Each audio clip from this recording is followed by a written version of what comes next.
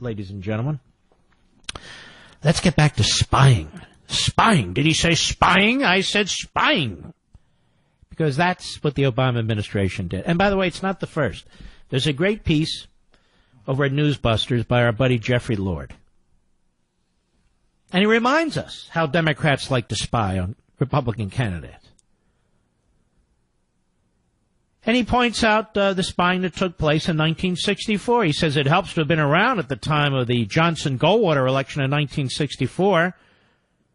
He says, but I was an eager beaver 8th grader from a Republican family who wonderfully ignorant about the history of the American left, crusaded in my own fashion for LBJ. To my parents' eye-rolling, head-shaking resignation. I didn't know that about you, Jeff. The GOP nominee, the Mr. Conservative, Arizona Senator Barry Goldwater, was taking all kinds of flack of a type I would later come to understand in vivid fashion, meaning the way he was trashed on CNN. The media of the day was ripe with suggestion that the libertarian Goldwater was a racist, horrifically untrue, but of course had an affection for Nazis, he did, which of course he never did. Indeed, the very week Goldwater was nominated in San Francisco, CBS's Daniel Schorr went on the air with a report that once the GOP convention was over, Goldwater would be starting his campaign in Bavaria, center of Germany's right wing. Where specifically in Bavaria? Why? But of course, Hitler's one-time stomping ground. The story was false from beginning to end. Goldwater wasn't going to Germany, much less to Hitler's one-time stomping ground, particularly insulting attack on a man who was not simply a senator and presidential nominee, but who had served as a U.S. Army Air Force pilot in World War II, later retiring with the rank of Major General. Be that as it may, CBS had said it was so until it was clear it wasn't. Goldwater was still fuming about the media characterization of him as some sort of Nazi decades later when writing his memoirs. But there was another story from the 1964 campaign. And it comes to mind as the media go crazy over the Trump charge that the FBI and CIA were busy implanting spies in his campaign. Spygate, as the branding president has named it. None other than the redoubtable Dr. Lee Edwards, now of the Heritage Foundation, but in 1964 a Goldwater staffer and later the senator's biographer, has stepped forward to remind, not for the first time, that in 1964 America in fact had a president who was using both the FBI and the CIA to spy on his opponent. And he wrote about it in the Wall Street Journal.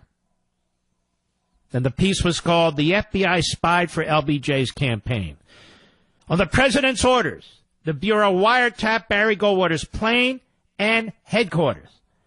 In 1971, Robert Mardian, who had been a regional director in the Goldwater campaign, became, in the Nixon administration, Assistant Attorney General for Internal Security.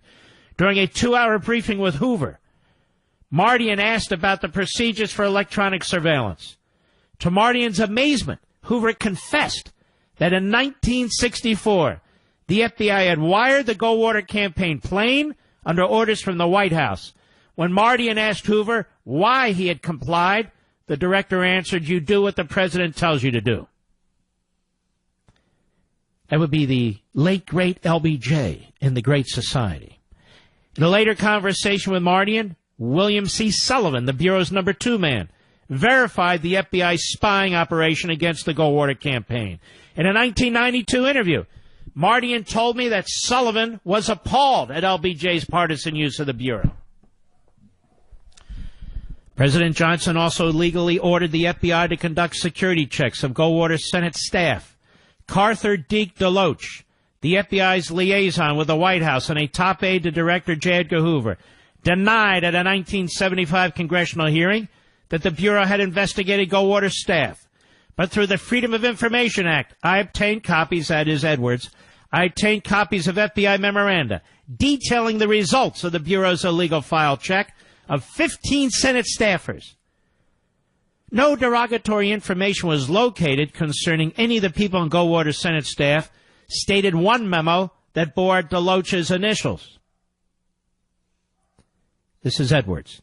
Former intelligence officer E. Howard Hunt, best known for his role as an orchestrator of the Watergate bugging, told a Senate committee in 1973 that his CIA superior had ordered him to infiltrate the Goldwater campaign. Hunt claimed to have questioned the order, only to be told that it had been a personal request of President Johnson and that the information he recovered would be delivered to the White House aide. CIA Director William Colby confirmed the White House's role in the illegal surveillance while addressing a congressional hearing in 1975. That the CIA is prohibited by law from operating within the U.S. didn't matter to the Johnson campaign. The Goldwater people never suspected that one of them was a spy for the Democrats. So LBJ used the FBI and CIA to spy, to eavesdrop, to wiretap on Goldwater. Now question, writes Jeffrey Lloyd.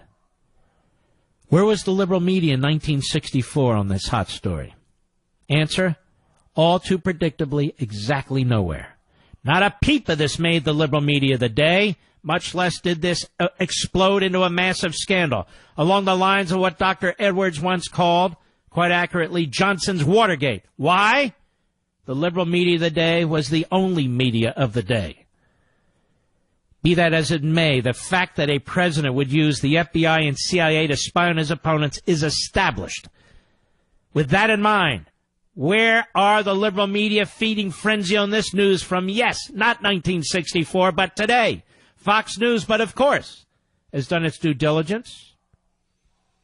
The jewel of their story says in part, a top Senate Republican is challenging the Justice Department over extensive redactions made in files showing text messages between anti-Trump FBI officials Peter Strzok and Lisa Page. Senate Judiciary Committee Chairman Chuck Grassley drew particular attention to one text that suggested Obama White House is running this, quote-unquote, in reference to an unspecified investigation. But like in so many of the files, a name was redacted and the content was unclear, though one report suggests that was related to the Russian probe. In a letter sent Wednesday to Deputy Attorney General Rod Rosenstein last week, Grassley called for all redactions to be removed.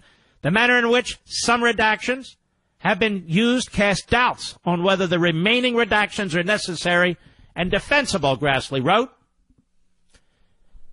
Then there are also the texts from Lisa Page on September 2, 2016, which said to her lover Strzok that POTUS wants to know everything we're doing. POTUS, of course, is an acronym for President of the United States. And the media reaction here? Ho-hum. Here's a central fact, a fact that Dr. Edwards' reminder raises and should raise. America has always had a president who used the FBI and CIA to spy on his political opponent. And the media of the day, that is LBJ, and the media of the day had not the slightest curiosity then or later to investigate. No, there was no such thing as Fox News or even cable news at the time, much less talk radio and the Internet, which makes it all the more curious. Make that predictable. Why the mainstream media of the day didn't investigate LBJ's abuse of the FBI and CIA for political purposes. That being the case, this reminder of events from Dr. Edwards should serve as a prod for today's media to take a hard look at these texts from the FBI's star-crossed anti-Trump-hating lovers Strzok and Page that pose the obvious question that President Obama was once famously asked by the late Tennessee Senator Howard Baker during Watergate. The question for Obama, and I've asked this many times, as you know, what did the president know and when did he know it? We are justifiably suspicious, we can be, that the reason for all the bureaucratic foot-dragging by the Justice Department and the FBI today is nothing more than a stall, a slow-walking obstruction to get past a supposed blue wave election, which Democrats will supposedly take charge and remove the power to investigate from the Devin Nunes's and Charles Grassley's of the House and Senate, effectively shutting the investigation of Spygate down. And with a compliant media cheering them on in a campaign of silence surrounding any serious investigation into a possible abuse of the FBI and CIA by the Obama White House, not at all unlike the media silence that surrounded the LBJ use of the FBI and CIA to spy on the 1964 Barry Goldwater campaign. President Lyndon Obama, one way or another, the American people have a right to know, and the media have an obligation to report the truth.